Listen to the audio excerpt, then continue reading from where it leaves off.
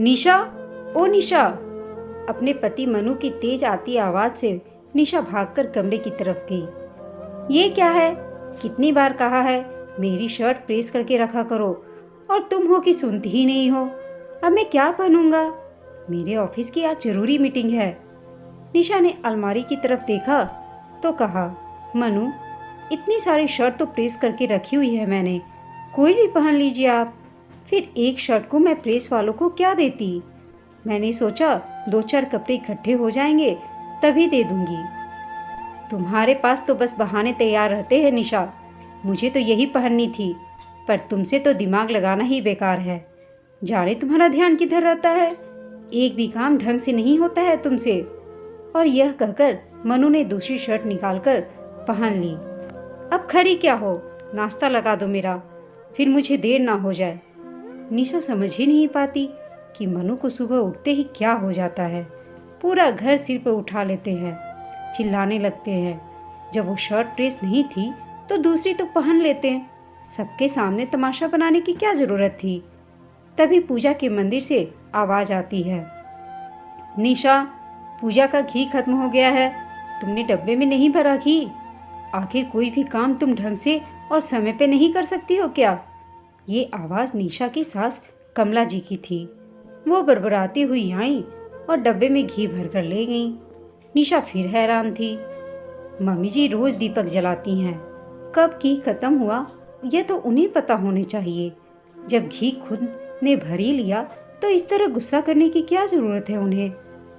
निशा कुछ और सोचती कि इससे पहले उसके ससुर जी ने घर सिर पर उठा लिया। उन्होंने कहा, कोई मुझे चाय पिलाएगा क्या? किसी को फुर्सत नहीं है कि इस रिटायर्ड आदमी को पूछ तो ले। कमला जी रसोई में आई और चाय का कप लेकर चली गई। बहू आने के बाद भी मुझे रसोई से चाय लेकर देनी पड़े तो फिर काहे का आराम मिलेगा मुझे बहू के आने के बाद? कमला जी ने सुना दिया। मैं जब शादी होकर आई थी सास ससुर को कभी कहने का मौका नहीं देती थी, बोलने से पहले ही चाय पकड़ा देती थी। एक हमारी बहू आई है, इसे हर काम के लिए कहना होता है। इतने महीने हो गए हैं इसकी शादी को, पर कोई भी काम ढंग से समय पर नहीं करती है यह। पता नहीं ऐसा कब तक चलेगा। अब मैं खुद काम करूं या अपने भगवान की सेवा करूं? निशा बेचारी चुपचाप सुन रही थी। उसके संस्कार उसे कुछ भी कहने से रोक रहे थे। वो सबका काम करने की कोशिश करती थी, पर कोई भी उससे खुश ही नहीं रहता था। हर वक्त कुछ न कुछ कमी निकालकर उसे डांट दिया जाता था। कभी कभी उसे लगता था कि उसने यह शादी ही करके गलती की। निशा अपनी मौसी की बेटी की शादी में गई थी। वहां उनके दूर के रिश्तेदार भी आए हुए थे। जब वो महिला संगीत में डांस कर रही थी तो मनु उसे एकटक देखे जा रहा था। उसे थोड़ी असहजता महसूस हुई, पर वो उस बात को भुलाकर शादी में जी जान में लग गई। उसकी मौसी की बेटी कनक उसी की हम उम्र थी। दोनों बहनें भी थीं और सहेलियां भी थीं। पूरी शादी में वो कनक के साथ ही रही थी। मनु कनक के साथ उसकी भी फोटो ले रहा था। शादी अच्छे से संपन्न हो गई। थोड़ी देर बाद निशा की मम्मी आई। सुनो, हमारी निशा के तो भाग्य ही खुल गए हैं। उसके लिए रिश्ता आया है। जीजी के दूर के रिश्तेदार का बेटा है। एक ही बेटा है, मनु। अच्छी कंपनी में नौकरी करता है। मैं तो उससे मिलकर भी आ रही हूँ। मुझे तो वो बड़ा पसंद आया है।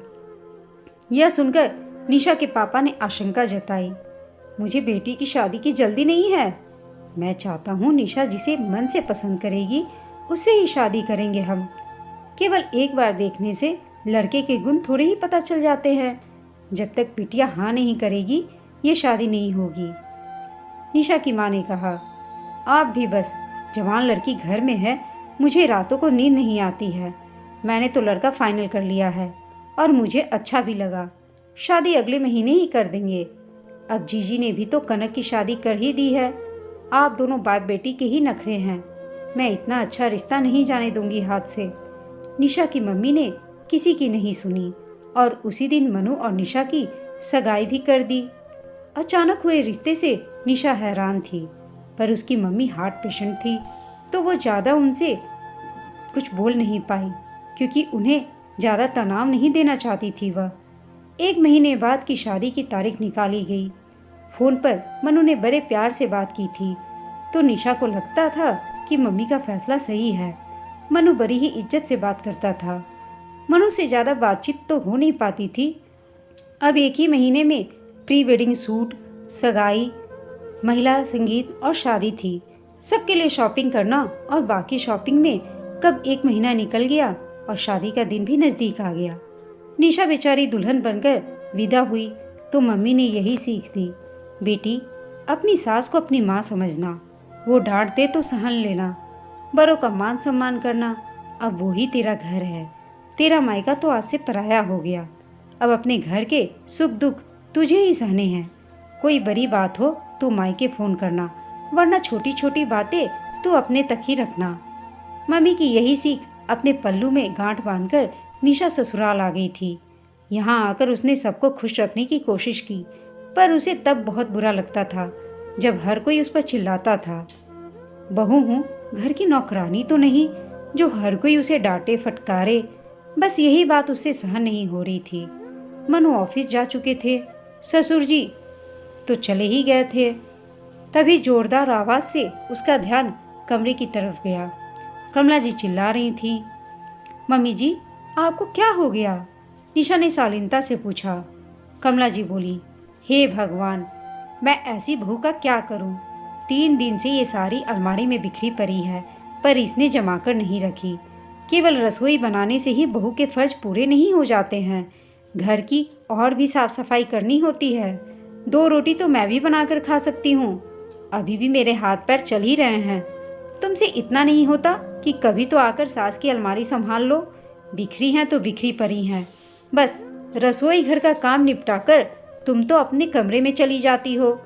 आजकल की बहुएं पलंग तोड़ने के अलावा कुछ काम भी नहीं करती हैं। निशा ने अलमारी में रखी सभी साड़ियाँ समेट कर रख दी और बाकी के कपड़े भी जमा कर दिए। जल्दबाजी में वो गैस कम करना भूल गई थी। दूध उस पर चढ़ा रखा था और निशा ने। दूध उबलकर जमीन पर आ चुका था। उसके साथ कमला जी रसोई में पहुंची।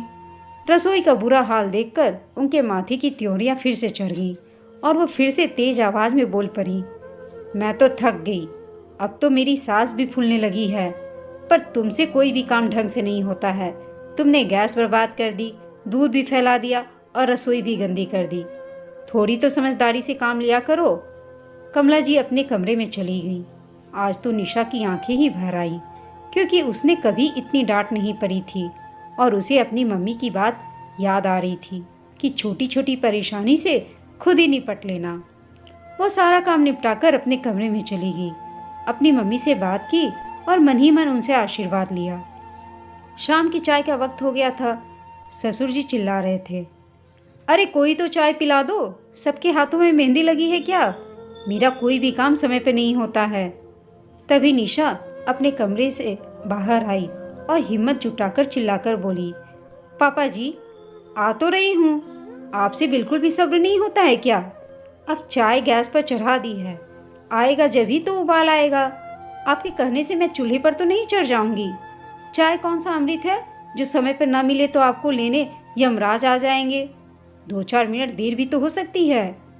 बहू के मुंह से ऐसी बातें सुनकर कमला जी और उनके पति हैरान रह गए।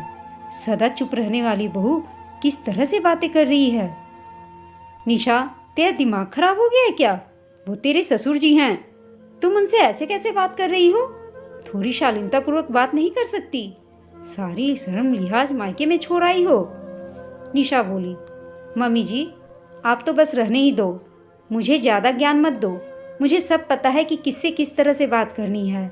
अब मैं कोई कठपुतली तो नहीं हूँ जो आप जैसा कहोगी वैसा ही करूँगी। मेरा अपना भी वजूद है, फिर गुस्सा तो मुझे भी आ सकता है। मैं आज बहुत गुस्से में हूँ, तो आप चुप ही रहिए, वरना कुछ ज़्यादा ही सुना दूंगी मैं। कमला जी भी एकदम से चुप हो गई। आखिर आज उनकी बहू को क्या हुआ है, वो समझ ही नहीं पा रही थी।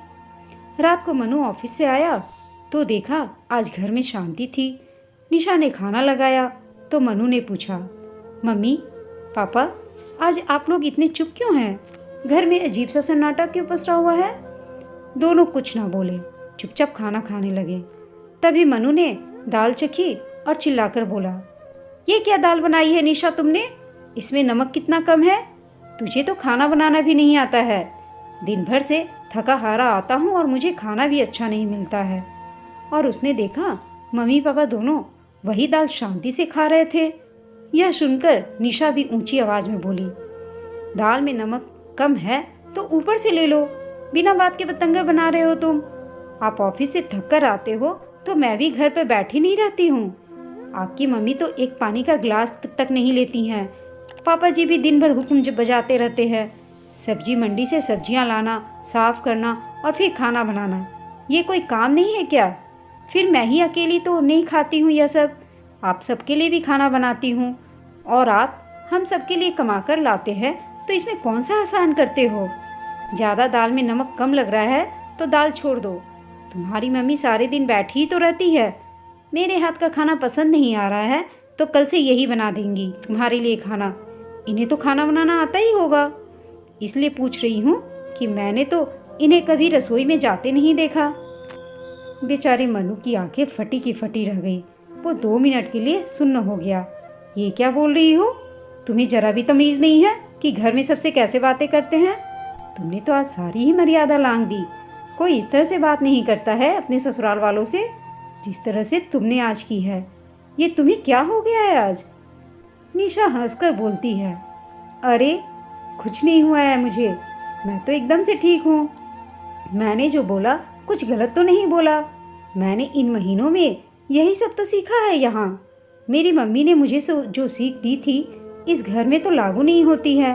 मम्मी ने कहा था कि सबसे प्यार से बात करना, सबका ख्याल रखना, कभी डांट भी पड़ जाए तो चुप रहना।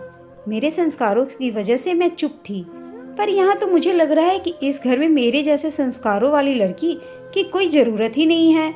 यहाँ तो सब ऐसे ही चीख कर चिल्लाकर बात करते हैं। तो मुझे भी लगा कि मुझे अपने ससुराल वालों से इस तरह का व्यवहार करना सीखना चाहिए।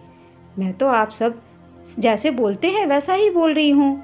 यहाँ पापा जी मम्मी जी भी चिल्लाते हैं, मम्मी जी पापा जी पर चिल्लाती हैं। आप दोनों मुझे डांटते रहते हैं। मनु भी छोटी छोटी बातों पर गुस्सा होकर मुझ पर चिल्लाते हैं। तो अब से मैंने भी चिल्लाना सीख लिया है और मैं आप सबका ही तो अनुसरण कर रही हूँ। यहाँ कोई प्यार से बात तो करता नहीं है। कोई काम गलत हो जाए तो उसे सही करना सिखाया नहीं जाता है, बल्कि चिल्लाकर डांटकर मुद्दा सुलझाया जाता है। मैं तो संस्कारी थी, पर मुझे यहाँ पर रहने के लिए यहाँ के सभी तौर तरीके तो होंगे, तभी तो मैं यहाँ अच्छे से रह पाऊंगी। तो यह मुझे तो सीखना ही पड़ेगा ना। घर में सास ससुर गुस्सा हो जाते हैं, पति भी गुस्सा रहता है, तो मैंने सोचा मैं भी अपना व्यवहार बदल लूँ। अब ऐसे माहौल में मैं सीधी सादी बनकर रहूं, राज आप सबका डांट सुनो तो मुझे अच्छा नहीं लगता। मेरा भी आत्मसम्मान है, मैं घर की बहू हूँ, सदस्य हूँ। आजकल तो नौकरों के साथ भी ऐसा व्यवहार नहीं किया जाता है। फिर मैं तो इस घर की लक्ष्मी हूँ। आपने जैसा मेरे साथ व्यवहार किया मैंने भी वैसा ही आप लोगों के साथ किया। आपको एक दिन में बुरा लग गया और मैं तो यह सब महीनों से सह रही हूँ। निशा की बात सुनकर सब शर्मिंदा हो गए। सबने मिलकर वचन दिया कि आगे से वो इस तरह का व्यवहार नहीं करेंगे। निशा ने अपनी कोशिश से घर का माहौल प्यार और शांति में बदल दिया। अब से कोई भी गुस्से में निशा से बात नहीं करता था और सभी प्यार से रहने लगे। दोस्तों, चीखकर चिल्लाने से काम सुधरते नहीं हैं, बल्कि आत्मसम्मान को ठेस ही पहुँचती है। ससुराल में बहू पर चिल्लाना, उसे अपशब्द कहना, उसका अपमान करना ठीक बात नहीं है। बहू लक्ष्मी होती है। आप अपने लिए इज्जत चाहते हैं तो आपको बहू को भी इज्जत देनी होगी, नहीं तो बहू भी तो वही सीखेगी ना जो ससुराल में देखेगी। आपको यह कहानी कैसी लगी हमें कमेंट करके बताइएगा। साथ ही कहानी अच्छी लगी हो तो इसे लाइक, शेयर और चैनल को सब्सक्राइब करना ना भूलें। कहानी सुनने के लिए आप सबका धन्यवाद।